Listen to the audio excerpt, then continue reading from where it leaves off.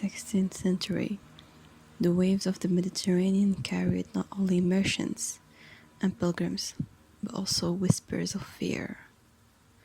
For among the rulers of the western seas, one name commanded both respect and caution: Sayyida Al Hurra, the noble lady, Morocco's last queen and the only woman in Islamic history to hold the title Governor of Tetouan. Sayyida Al Hurra was born around 1485 in the Emirate of Cordoba during the final years of Muslim rule in Al-Andalus. Her real name was Lalla Aisha bint Ali ibn Rashid al-Alami, daughter of the ruler of Chefchaouen in northern Morocco. Her family was of noble lineage, claiming descent from the Prophet Muhammad, peace be upon him, and well versed in statecraft and diplomacy. When Granada fell to the Catalan monarchs in 1492, her family, like thousands of others, joined the wave of Muslim refugees crossing the sea to North Africa. This exile was from Al-Andalus, which shaped her political vision and fueled her determination to resist Iberian power for the rest of her life. Raised in the cultural refuge of Chefchaouen, Sayyida Al Hurra received an education that combined Islamic scholarship, politics, and the diplomatic arts.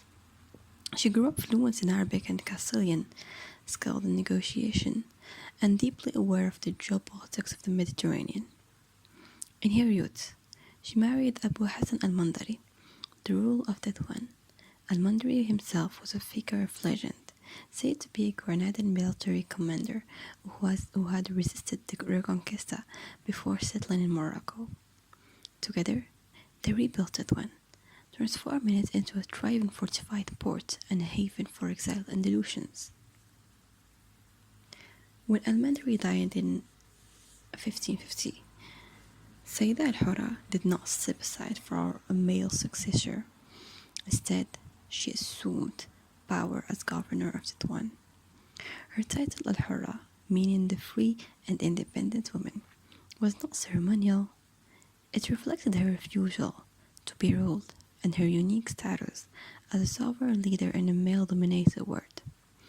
As governor, she controlled the key maritime hub between Morocco and the Iberian Peninsula, but her ambitions extended beyond trade. She formed alliances with corsairs, Muslim privateers who raided Iberian shipping, and turned Tetouan into a strategic base for naval resistance against Portugal and Spain.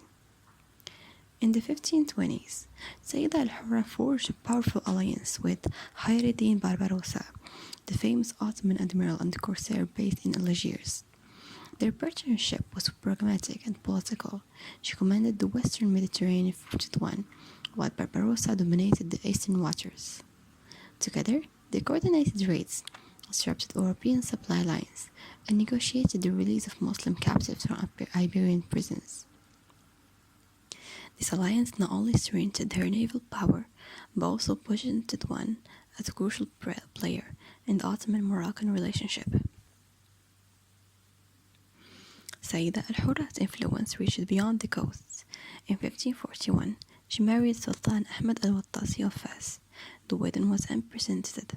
The Sultan traveled to Tetouan for the ceremony, the only time in Moroccan history that a reigning Sultan married outside his capital.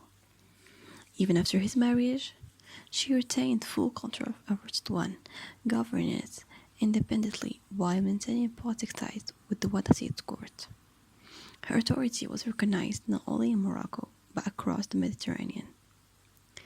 Her rule came to an end in 1542. Internal rivalries within her own family led to her removal from power. Her son-in-law, Muhammad al-Hassan al-Mandari, seized control of Tetouan. The political details remain unclear, but marked the end of her public life. After her deposition, Sayyida Al Hurra retired to Chefchaouen, where she lived away from the political stage until her death, likely around 1561. Sayyida Al Hurra remains a symbol of resistance, diplomacy, and maritime power in Moroccan history. She was the last woman to hold such a position of sovereignty in the Islamic West, and her career defied the conventions of her time. Her story reflects the resilience of the Andalusian exiles, the interconnected politics of North Africa and the Mediterranean, and the capacity of women to shape the course of history, even in turbulent eras. From the baths of Granada to the shores of Morocco, Sayyida Al Hurra journey was one of loss, power, and unyielding independence. Her name, the noble lady, still echoes across the waters she once ruled. Thank you so much for watching this video. I hope you like it. Don't forget to like, subscribe, and leave a comment. Thank you.